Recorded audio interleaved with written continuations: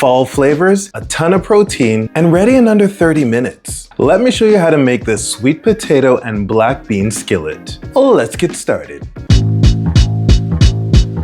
I think this is like a really great recipe because it's high in fiber and protein. It's versatile, like you can make it spicy if you want, or you could add it to tacos, or you could put an egg on it or something like that. There's a bunch of different things that you can do with this. You can eat it on its own, as you'll see. And it's also budget friendly because a lot of what we're using come in cans. So that's great. In the beninging, we are going to begin with 2 sweet potatoes, 2 large ones if you can find them, and we're gonna peel them and then chop them, and then everything you'll see we're going to move to the stove and work in our skillet. If you don't have a skillet, you can use a frying pan. Versatility, people. That's what we're here for.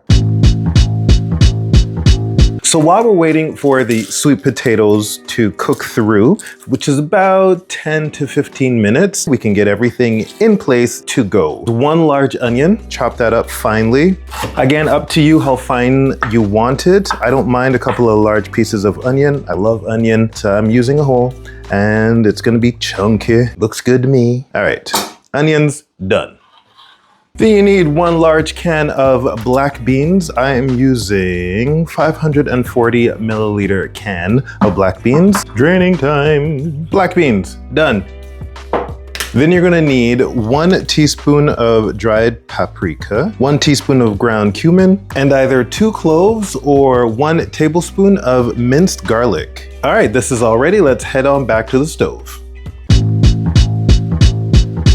Back at the stove, add in the onions and let them saute with the sweet potatoes for, I would say, another 10 minutes. You'll notice that the sweet potatoes won't be all the way through cooked, so don't worry about that because they still have a lot of cooking time to do with the onions and then with the other ingredients as well. And always remember to go back to it and stir every once in a while so that the bottom of the skillet doesn't burn. Once the onions have begun to become a little translucent, then you can add in your spices, a little bit more salt if you want, and the minced garlic or the chopped garlic or diced garlic, whatever you had on hand. Give that about 30 seconds to a minute to cook through. Then you're gonna add in the black beans and half a cup of vegetable broth. And as always, don't forget to stir. Now, once we've added the broth, we're going for a low to medium heat. And the reason we're doing that is because we really want to make sure that the sweet potatoes are cooked through and the black beans will start to get a little mushy, not in a disgusting way, just work with me here, it'll be fine. And at this time, if you want just a bit more flavor and you don't want to add any more salt, you can go ahead and add another half cup of broth. I would say you've got another 10 to 15 minutes and then everything's golden, you're good to go. It's time to eat.